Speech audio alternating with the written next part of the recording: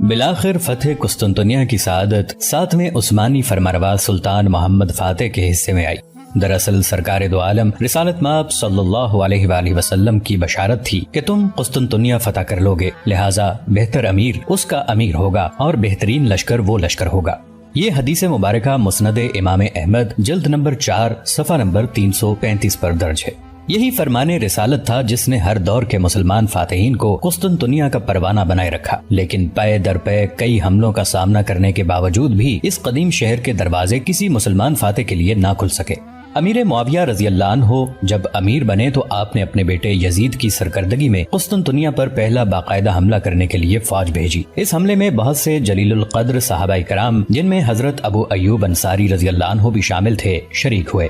دوران محاصرہ حضرت ابو ایوب انصاری رضی اللہ عنہ بیمار ہو کر شہید ہو گئے اور قسطنطنیہ کی فصیل کے نیچے مدفون ہوئے۔ حضرت عمر بن عبد العزیز، حشام بن عبد الملک، مہدی عباس اور ہارون رشید جیسے پرجلال خلفاء نے بھی اس شہر کو تسخیر کرنے کے لیے زبردست حملے کیے، لیکن قسطنطنیہ کسی سے فتح نہ ہو سکا۔ قسطنطنیہ ایک ناقابل تسخیر شہر تھا۔ اس کے 3 اطراف میں سمندر تھا اور ایک جانب خشکی تھی۔ شہر کے گرد 14 میل کے قطع دائرے میں ایک مضبوط فصیل تھی جس پر 170 فٹ کے فاصلے پر مضبوط برج بنے ہوئے تھے۔ فصیل کے اندر پھر ایک اور فصیل تھی۔ ان دونوں فصیلوں کے بیچوں بیچ ایک ناقابل عبور خندق تھی جس کی چوڑائی 60 فٹ اور گہرائی 100 فٹ تھی۔ ایک تیسری فصیل نے شہر کی 1 لاکھ سے زیادہ آبادی کو اپنے دامن میں پناہ دے رکھی تھی اور یوں یہ شہر فتح کرنا قریب ناممکن ہو گیا تھا۔ قسطنطنیہ عیسائی دنیا کا روحانی مرکز تھا، چنانچہ مسلمان فاتحین کے 20 لشکر اس شہر پر یلغار کرنے کے لیے پورے ساز و سامان کے ساتھ آتے، لیکن ہر مرتبہ ناکام لوٹ جاتے اور پھر رسالت مآب صلی اللہ علیہ وآلہ وسلم کی اس بشارت کا مستحق دولت عثمانیہ کا 7واں فرمانروا سلطان محمد فاتح ٹھہرا۔ عثمانی ترک، جنہیں ہم خلافت عثمانیہ کے نام سے جانتے ہیں، خراسانی خانہ بدوش تغرل کے بیٹے عثمان خان کی اولاد تھے۔ یہ ایشیائی کوچک میں داخل ہوئے تو انہوں نے ایک سلطنت کی بنیاد ڈالی جو صرف 300 سال کے عرصے میں دنیا کی سب سے بڑی طاقت بن گئی۔ اس کے عروج کا دور مشرق میں سلطان سلیم اور مغرب میں سلیمان اعظم پر ختم ہو جاتا ہے، لیکن دولت عثمانیہ کا سب سے مشہور فرمانروا سلطان محمد فاتح ہے، جس کے ہاتھوں سرکار دو عالم صلی اللہ علیہ وآلہ وسلم کی بشارت تکمیل کو پہنچی۔ دواز دہم اور سلطان محمد فاتح کے درمیان ہونے والی یہ جنگ تحیر کن واقعات اور تاریخ پر مبنی ہے۔ خصوصاً سلطان نے اپنی بحریہ کو خشکی پر جہاز چلانے کا حکم دیا اور 10 میل کا دشوار گزار پہاڑی راستہ عثمانی بحری بیڑے نے پتھریلی چٹانوں پر گھسٹ کر طے کیا۔ یہ عظیم اور لازوال مارکا فی الحقیقت تاریخ کا ایک مہتم بالشان واقع ہے جسے ہم تفصیل کے ساتھ بیان کرنے جا رہے ہیں۔ مغربی مورخین قسطنطنیہ کی فتح کو قرون وسطی اور دور حاضر کے درمیان حد فاصل قرار دیتے ہیں، اور یہ ہے بھی حقیقت۔ قدیم بازنطینی سلطنت کے پایہ تخت اور پوری عیسائی دنیا کے روحانی مرکز کی تسخیر جہالت کے اندھیروں میں ڈوبے اہل مغرب کی آخری شکست اور مسلمانوں کی آخری فتح تھی۔ جب رومی بادشاہ قسطنطین نے 3 صدی عیسوی میں عیسائی مذہب قبول کر کے اس شہر کو اپنا پایہ تخت بنایا تھا، اس وقت سے اس کا نام قسطنطنیہ ہو گیا۔ حضور صلی اللہ علیہ وآلہ وسلم نے اس شہر پر جہاد کرنے والوں کو مغفرت کی بشارت عطا فرمائی تھی۔ قسطنطنیہ کے بادشاہ کو قیصر روم کہا جاتا تھا۔ سلطان محمد فاتح کے زمانے میں قسطنطین نام کا 12واں قیصر حکمران تھا۔ آخری قیصر قسطنطین اس معرکے میں ہلاک ہوا اور قسطنطنیہ ہمیشہ کے لیے اسلام بول یا استنبول بن گیا۔ یوں رسالت مآب صلی اللہ علیہ وآلہ وسلم کی ایک اور پیشین گوئی سچ ثابت ہوئی کہ جب قیصر ہلاک ہو گیا تو پھر کوئی قیصر نہیں آئے گا۔ ہم اس کہانی کو افسانہ بنا کر پیش کرنے سے حتی الامکان پرہیز کریں گے اور نہ ہی اس میں افسانے کو تاریخ بنانے کی کوشش کریں گے۔ ہماری یہ کہانی حقیقی تاریخی کرداروں پر مشتمل ہے۔ یہ کہانی بہت سا وقت صرف کر کے ایڈورڈ گبن، کریسی، دولت عثمانیہ، تاریخ عالم، تاریخ اسلام اور جہاں دیدہ کے علاوہ جغرافیہ اور صلیبی جنگوں کی تاریخ پر مشتمل کئی کتابوں کو کھنگال کر لکھی گئی۔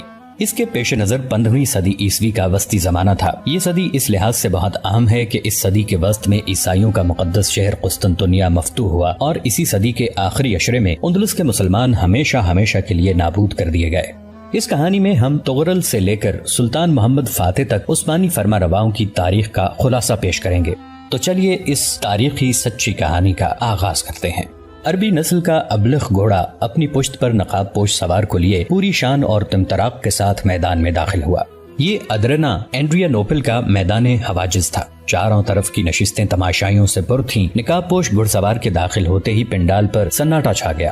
آج ترکوں کا سالانہ تہوار تھا۔ اس اسٹیڈیم میں شمشیر زنی، نیزہ بازی اور دیگر کھیلوں کے مقابلے ہو رہے تھے۔ نقاب پوش گھڑسوار اپنی 2 دھاری البانوی شمشیر کو لہراتا ہوا میدان کے وسط میں آ کر رک گیا اور اگلے لمحے اس نے اپنے چہرے سے نقاب الٹ دیا۔ یہ سکندر بیگ تھا، سلطان مراد خان کا چہیتا منہ بولا بیٹا۔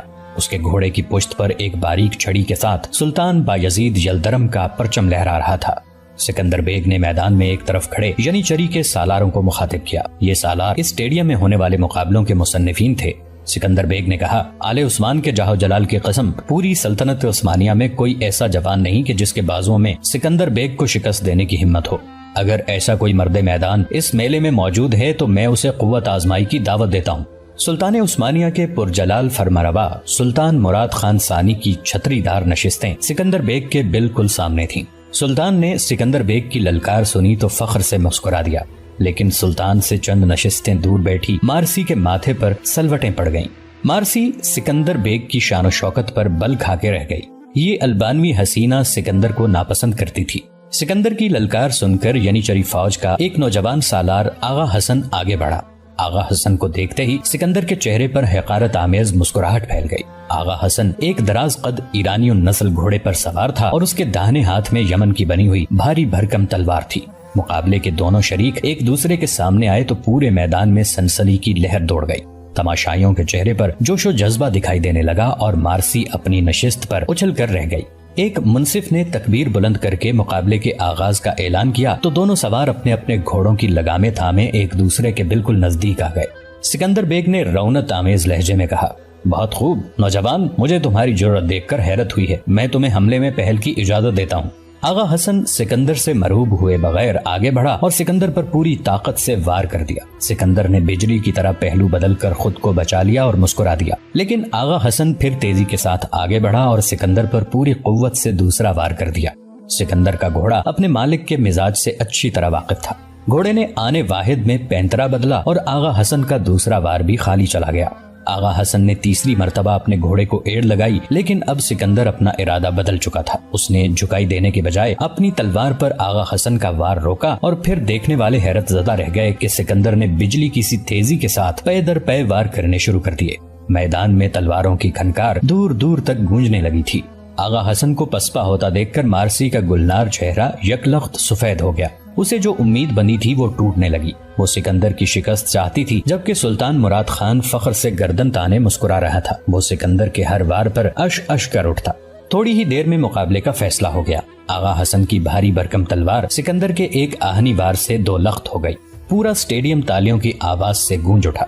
سکندر نے حسب سابق پھر مقابلہ جیت لیا تھا۔ سلطان مراد خان کے پہلو میں بیٹھا 9 عمر شہزادہ فرتے جوش سے اپنی نشست پر اٹھ کھڑا ہوا۔ وہ دونوں ہاتھوں سے تالیاں پیٹ رہا تھا، لیکن مارسی بے حد مزمحل تھی۔ اسے سکندر بیگ ایک آنکھ نہیں بہاتا تھا، کیونکہ سکندر اس پر ڈورے ڈالنے کی کوشش کیا کرتا تھا۔ مارسی کو سکندر کا کردار بھی ناپسند تھا اور اپنی ماں کا بھی۔ ادھیڑ عمر مارتھا مارسی کی ماں تھی۔ یہ عورت البانوی شہزادوں کے ساتھ ادرنا میں داخل ہوئی تھی۔ سکندر بیگ بھی البانوی شہزادہ تھا۔ اس کا البانوی نام جارج کیسٹریاٹ تھا۔ سلطان مراد خان ثانی نے بہت عرصہ پہلے البانیہ کے فرمانروا جان کیسٹریاٹ کو بزور شمشیر اپنا مطیع کر لیا تھا۔ جان کیسٹریاٹ نے سلطان سے منت کر کے اپنی ریاست کی واپسی کا مطالبہ کیا۔ سلطان نے اس کی درخواست منظور کر لی اور ضمانت کے طور پر البانیہ کے حکمران نے اپنے 4 بیٹے سلطان مراد خان ثانی کے حوالے کر دیے۔ ان شہزادوں کے ہمراہ البانوی محل کی خاص کنیز مارتھا بھی روانہ کی گئی۔ مارتھا سلطنت عثمانیہ کے دارالخلافہ ادرنا میں آئی تو اس نے بہت جلد اشرافیہ کے طبقے میں اپنا اثر و رسوخ پیدا کر لیا۔ مارسی اسی مارتھا کی بیٹی تھی اور جارج کیسٹریاٹ یعنی سکندر بیگ اسی مارتھا کے گھر میں پل کر جوان ہوا تھا۔ سکندر بیگ نے ینیچری کی طبیعت کے مطابق مذہب عیسائیت ترک کر کے اسلام قبول کر لیا تھا، لیکن مارتھا ابھی تک اپنے مذہب پر قائم تھی۔ مارسی کے دل میں اگرچہ اسلام کے لیے بے حد نرم گوشہ تھا، لیکن ماں کے خوف سے وہ ابھی تک عیسائی مذہب کی پیروکار تھی۔ مارتھا ایک کٹر مذہبی عورت تھی اور اسلام کے خلاف بے پناہ تعصب رکھتی تھی۔ مارسی کو اس وقت بے حد حیرت ہوئی جب اس کی ماں نے سکندر بیگ کو اسلام قبول کرنے پر کچھ نہ کہا۔ مارسی اپنی ماں کی طرف سے مشکوک تھی۔ مارسی کو شک تھا کہ اس کی ماں نے سکندر بیگ کو خود مذہب تبدیل کرنے پر آمادہ کیا ہے۔ وہ اپنی ماں اور اپنے ساتھ پل کر جوان ہونے والے جارج کیسٹریاٹ کے طرز عمل میں عثمانی سلطنت کے خلاف سازش کی بو سونگ رہی تھی۔ مارسی کے شک میں مبتلا ہونے کی سب سے بڑی وجہ ابو جعفر تھا۔ ابو جعفر ایک ادھیڑ عمر شخص تھا جس نے ادرنا میں ایک مذہبی پیشوا یعنی امام مسجد کا روپ دھار رکھا تھا۔ یہ شخص در حقیقت قیصر قسطنطنیہ کا جاسوس تھا اور یہاں ادرنا میں ایک مسلمان مذہبی پیشوا کے روپ میں داخل ہوا تھا۔ یہ شخص ادرنا میں مارتھا کی آمد سے پہلے ہی اپنی سازش کا جال پھیلا چکا تھا۔ مذہب پرست البانوی کنیز مارتھا سلطان کے محل میں وارد ہوئی تو ابو جعفر کی سرگرمیاں مزید تیز ہو گئیں۔ اس نے پہل مارتھا کو صلیب اعظم کا واسطہ دے کر اپنی سازش میں شریک کیا تھا۔ ابو جعفر خود قسطنطنیہ میں آیا صوفیہ کے چرچ سے منسلک تھا اور ایک پختہ کار راہب تھا۔ قیصر نے سلطان مراد خان ثانی کو سلطنت عثمانیہ کے تخت پر بیٹھے دیکھا تو ایک نئی چال کے تانے بانے بننے شروع کر دیے۔ ابو جعفر جو در حقیقت ڈیمونان تھا، عظیم عیسائی سلطنت کے بادشاہ قیصر قسطنطنیہ کا خاص جاسوس تھا۔ قیصر قسطنطنیہ مینویل کے پاس عثمانی سلطنت کے دارالخلافہ ادرنا کی ایک خبر ہر ماہ باقاعدگی کے ساتھ پہنچتی تھی اور ادرنا میں قیصر کی اس ساری سازش کا سرغنہ ابو جعفر تھا۔ یہی ابو جعفر پچھلے 12 سال سے مارسی کی ماں کے مکان پر آیا جایا کرتا تھا۔ مارسی بچپن سے ہی اس سے متنفر تھی، وہ اس کی مکار صورت کو دیکھتے ہی کھول اٹھتی۔ اسے ابو جعفر کی حقیقت کا علم نہیں تھا، لیکن وہ اس کی عادات و اطوار سے اب تک بخوبی اندازہ لگا چکی تھی کہ یہ مکار شخص یقیناً وہ نہیں ہے جو اوپر سے نظر آتا ہے۔ ابو جعفر مارتھا کے گھر آتا تو وہ دونوں بند کمرے میں بیٹھ کر دیر تک باتیں کرتے رہتے۔ کبھی کبھی سکندر کو بھی بلا لیا جاتا۔ مارسی مسلمانوں کے اس مذہبی پیشوا کو اپنی عیسائی ماں کے پاس باقاعدگی سے آتا جاتا دیکھ کر شک میں مبتلا ہو گئی۔ ادھر سکندر بیگ جب سے مسلمان ہوا تھا پہلے سے بھی زیادہ بدتمیز اور واہیات ہو گیا تھا۔ وہ جتنی دیر گھر پر رہتا مارسی کو بری نظروں سے دیکھتا رہتا۔ مارسی بچپن ہی سے سکندر بیگ کی عادات کو ناپسند کرتی تھی۔ وہ بچپن سے ہی چڑچڑا، بدتمیز اور حد چھٹتا۔ شاید اس کے اس طرح بدمزاج ہونے کی وجہ یہ رہی ہو کہ اس کے سامنے اس کے باپ جان کیسٹریاٹ کو سلطان مراد خان ثانی نے ذلت آمیز شکست دی اور اسے اس کے 3 چھوٹے بھائیوں سمیت یرغمال بنا کر اتنی دور ادرنا آنا پڑا، اور اس پر مستداد یہ کہ اس کے 3 چھوٹے بھائی بچپن میں ہی اس کی آنکھوں کے سامنے اس دیار غیر میں بیمار ہو کر مر گئے۔ یہ سب کچھ سکندر بیگ کے حالات کا تقاضا تھا اور کچھ مارتھا کا چرب زبان سازشی کردار کے سکندر بیگ اس قدر منتقم مزاج اور مغرور واقع ہوا تھا۔ آج مارسی نے ایک مرتبہ پھر سکندر بیگ کو مقابلے کا میدان جیتتے دیکھا تو اس کے رگو پے میں مایوسی اور غصے کی لہر دوڑ گئی۔ آج خصوصی طور پر اس کے غم و غصے کی ایک بڑی وجہ یہ تھی کہ الصبح گھر سے نکلنے سے پہلے سکندر نے مارسی سے کہا تھا، آج شمشیر زنی کے مقابلوں کا دن ہے، میں ایک بار پھر ادرنا کا سب سے بڑا جنگجو تسلیم کیا جاؤں گا۔ یہ حقیر ترک میرے مقابلے کی ہمت نہیں رکھتے۔ آج اگر میں پھر جیت کا تمغہ لے کر لوٹا تو چچی مارتھا سے تمہارا ہاتھ مانگ لوں گا۔ سکندر بیگ مارتھا کو چچی کہہ کر پکارتا تھا۔ مارسی نے اتنا سنا تو غصے سے چہرہ لال کرتے ہوئے کہا، اتنا تکبر مت کرو، دراصل سلطان تم پر اعتماد کرتا ہے، یہی وجہ ہے کہ شاہی احترام میں تمہارے سامنے کوئی نہیں آتا۔ مجھے یقین ہے کہ ینیچری کا کوئی بھی سالار تمہیں آسانی سے شکست دے سکتا ہے۔ سکندر بیگ مارسی کا زہر آلود جملہ سن کر غصے سے پیر پٹکتا ہوا گھر سے باہر نکل گیا، اور اب مارسی دیکھ رہی تھی کہ ینیچری کا ایک سالار سکندر بیگ سے بری طرح مات کھا چکا تھا۔ مارسی کی نظریں میدان سے ہٹ کر اپنے پیروں میں آ جھکی۔ وہ آج صبح کا مکالمہ یاد کر رہی تھی جب سکندر نے اس سے کہا تھا کہ میں تمہاری ماں سے تمہارا ہاتھ مانگ لوں گا۔ مارسی شدید بے چین تھی اور آنے والے وقت سے ہراساں تھی۔ مارسی کی نگاہیں جھکی ہوئی تھیں کہ اچانک اسے اسٹیڈیم میں شور سنائی دیا، زوردار تالیوں کا شور۔ مارسی نے چونک کر میدان میں دیکھا تو مارے حیرت کے اپنی نشست پر اچھل کر رہ گئی۔ ایک اجنبی نوجوان جس کے جسم پر عربی لباس تھا اسٹیڈیم کی ایک جانب سے ایک سفید گھوڑے کو ایڑ لگاتا ہوا داخل ہوا۔ نوجوان کے خد و خال بھی حجازی تھے۔ اس کے نیچے ترکی نسل کا بہترین گھوڑا تھا اور اس کے داہنے ہاتھ میں ایک بھاری اور چمکدار شمشیر تھی۔ اس کے جسم پر نہ ہی زرہ تھی اور نہ ہی پیش قبض، اور اس کے سر پر آہنی خود کی بجائے خالص حجازی طرز کا امامہ تھا۔ نوجوان کی عمر زیادہ سے زیادہ 17 برس ہوگی۔ تماشائی پورے جوش سے تالیاں بجا رہے تھے۔ اجنبی نوجوان کو آتا دیکھ کر سکندر کے ماتھے پر شکنیں نظر آنے لگی۔ اسے اس عرب نوجوان کی آمد پر شدید حیرت تھی۔ اسٹیڈیم کے اعلانچی نے بآواز بلند اعلان کیا اور لوگوں کو بتایا کہ اجنبی نوجوان کا نام قاسم بن ہشام ہے۔ یہ حجاز کے شہر مکہ کا رہنے والا ہے جہاں اسلام کا اولین سورج طلوع ہوا۔ اعلانچی نے بتایا کہ قاسم عثمانی تربیت گاہ کے شمشیر زنی کے استاد طاہر بن ہشام کا چھوٹا بھائی ہے۔ اس اعلان کے ساتھ ہی سلطان مراد خان ثانی کے چہرے پر بھی حیرت و اشتیاق کی لہر دوڑ گئی، اور سلطان کے پہلو میں بیٹھا نو عمر شہزادہ محمد بھی حیرت سے چونک اٹھا۔ لیکن مارسی کی حالت سب سے عجیب تھی۔ وہ اپنی نشست پر بار بار پہلو بدلتی اور مٹھیاں بھیج بھیج کر اپنے جذبات کا اظہار کرتی۔ عرب شہسوار سکندر بیگ کے سامنے آیا تو سکندر نے مسکرانے کی کوشش کی۔ اس نے عرب شہسوار کو حسب سابق حقارت کی نظر سے دیکھتے ہوئے کہا، نوجوان، میں تمہارے چہرے پر جرت اور بہادری کے نقش دیکھ رہا ہوں، لیکن افسوس تمہارا تمام تر اعتماد سکندر بیگ کے پہلے وار سے ہی خاک میں مل جائے گا۔ یہ مکہ نہیں، ترکی سلطنت کا دارالخلافہ ادرنا ہے، اور میں سلطان مراد خان ثانی کا سب سے مضبوط شمشیر زن ہوں۔ قاسم سکندر بیگ کے فرعونیت سے بھرپور لہجے کو محسوس کر کے عارفانہ انداز میں مسکرایا اور پھر انتہائی نپے تلے انداز میں مخاطب ہوا۔ میں وقت سے پہلے بلند بانگ دعووں کا قائل نہیں ہوں، میں صرف اتنا جانتا ہوں کہ میرے بدن میں خالد بن ولید رضی اللہ عنہ کا خون دوڑ رہا ہے۔ میری شدید خواہش ہے کہ میں آج ایک ترک شہزادے کو حجازی شمشیر کا لوہا دکھا سکوں۔ قاسم نے اتنا کہا اور اپنے گھوڑے کو ایڑ لگا دی۔ سکندر پوری طرح تیار تھا۔ قاسم نے تلوار فضا میں بلند کی اور خالص عربی لہجے میں اللہ اکبر کہہ کر سکندر پر ٹوٹ پڑا۔ سورج کی شعاعیں قاسم کی چمکدار تلوار پر پڑیں اور تماشائیوں کی آنکھیں چندھیا گئیں۔ یہ محض تلوار کی چکاچوند نہیں تھی بلکہ آسمانی سائقہ کی لپک تھی۔ قاسم کے تابڑ توڑ حملے سکندر کے لیے ہزیمت کا پیغام تھے۔ سکندر کی تمام چالیں دھری کی دھری رہ گئیں اور وہ مسلسل ہر بار کو اپنی تلوار پر روکنے لگا۔ بظاہر ایسا لگتا تھا کہ قاسم جلد تھک جائے گا۔ مارسی قاسم کے ہر وار کے ساتھ اچھل جاتی۔ وہ اب اپنی نشست پر کھڑی ہو گئی تھی۔ تمام تماشائی چیخ چیخ کر قاسم کو داد دے رہے تھے۔ سلطان بے ساختہ مرحبا مرحبا پکار رہا تھا اور شہزادہ محمد اپنے شاہانہ مرتبے کو بھول کر بالکل بچگانہ انداز میں تالیاں بجا رہا تھا۔ یک لخت قاسم نے نئی چال چلی اور اپنے آپ کو تھکا ہوا ظاہر کرنا شروع کر دیا۔ سکندر نے قاسم کے وار میں کمزوری محسوس کی تو اپنے ڈوبتے ہوئے دل کو حوصلہ دیا اور بڑھ کر قاسم پر حملہ کر دیا۔ اب قاسم سکندر کے ہر وار سے اپنے آپ کو بچانے کی کوشش کرتا ہوا محسوس ہوا۔ اس کا گھوڑا مسلسل الٹے قدموں پیچھے ہٹنے لگا اور اس کی تلوار پے در پے سکندر کے وار سہنے لگی۔ سکندر بھی بری طرح تھک چکا تھا اور چاہتا تھا کہ کسی طرح جلد از جلد یہ مقابلہ ختم ہو۔ اچانک قاسم نے گھوڑے کی پشت پر اپنے پاؤں کھینچ لیے اور زین پر اکڑوں بیٹھ گیا۔ اگلے لمحے تماشائی قاسم کا کرتب دیکھ کر حیران رہ گئے۔ قاسم نے اپنے بدن کا بوجھ اپنے پیروں پر ڈالا اور ایک جھٹکے سے کھڑا ہو گیا۔ پورا اسٹیڈیم ایک ساتھ تالیوں سے گونج اٹھا۔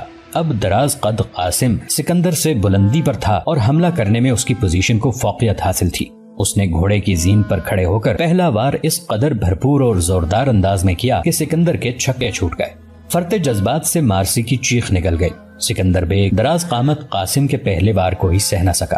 قاسم کی شمشیر کسی آہنی گرز کی طرح سکندر پر گری۔ سکندر نے اپنی تلوار آگے کر کے قاسم کے وار کو روکنا چاہا، لیکن ضرب اتنی کاری تھی کہ سکندر گھوڑے کی پشت پر سنبھل نہ سکا اور نیچے گر گیا۔ قاسم نے کسی بازیگر کی طرح گھوڑے کی پشت سے چھلانگ لگائی اور سکندر کے سنبھلنے سے پہلے اس کے سر پر سوار ہو گیا۔ سکندر کے ماتھے پر پسینے کی بوندیں چمکتی دیکھ کر مارسی کھل اٹھی۔ سلطان مارے اشتیاق کے خود تالی بجانے لگا۔ قاسم نے زمین پر قدم رکھتے ہی سکندر کو آڑے ہاتھوں لیا۔ سکندر ابھی پوری طرح سنبھل بھی نہیں پایا تھا کہ قاسم نے بجلی کی سی تیزی کے ساتھ اس پر حملہ کر دیا۔ اب سکندر کو اپنی شکست صاف نظر آ رہی تھی۔ قاسم نے یکلخت پہلو بدلا اور اچھل کر سکندر کے بائیں پہلو پر زوردار ضرب لگانے کا جھانسا دیا۔ سکندر نے تیزی سے تلوار آگے کی، لیکن وہ قاسم کی چال نہ سمجھ سکا۔ قاسم نے بائیں پہلو پر حملہ کرنے کی بجائے ہوا ہی میں اپنا ارادہ بدلا اور سکندر کے دائیں بازو پر تلوار کی زوردار ضرب لگائی۔ سکندر کے بازوؤں پر آہنی بازو بند چڑھے ہوئے تھے۔ قاسم کی تلوار نے لوہے کے بازو بند کو کاٹ کر سکندر کے بازو کو معمولی سا چیرا ڈالا۔ خون کے قطرے زمین پر گرے تو ایک دم اسٹیڈیم میں موجود تماشائی خاموش ہو گئے۔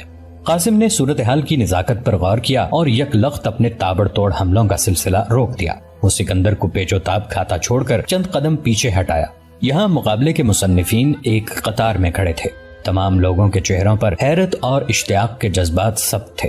قاسم بے خبر انداز میں اسٹیڈیم کے تماشائیوں کی جانب دیکھ رہا تھا کہ سکندر بے اصولی کا مظاہرہ کرتے ہوئے تیزی سے قاسم کی جانب لپکا۔ اگر مارسی اپنی نشست سے چیخ کر قاسم کو خبردار نہ کر دیتی تو سکندر یقیناً قاسم کی گردن کاٹ لیتا۔ قاسم نے مارسی کی چیخ سنی اور ایک لمحے میں صورتحال کا اندازہ کر لیا۔ اگلے ہی لمحے وہ کسی چیتے کی طرح اپنی جگہ پر اچھلا اور گھوم کر نہ صرف سکندر کے وار سے خود کو بچا لیا بلکہ پوری قوت سے سکندر پر حملہ بھی کر دیا۔ تلواروں کی چھن چھن انتہائی سرعت کے ساتھ سنائی دینے لگی اور پھر تماشائیوں نے دیکھا کہ قاسم کے ایک عجیب و غریب وار سے سکندر کی تلوار اس کے ہاتھ سے چھوٹ گئی اور کسی 14ویں رات کے چکور کی طرح پھڑپھڑاتی ہوئی اوپر کی طرف اڑتی چلی گئی۔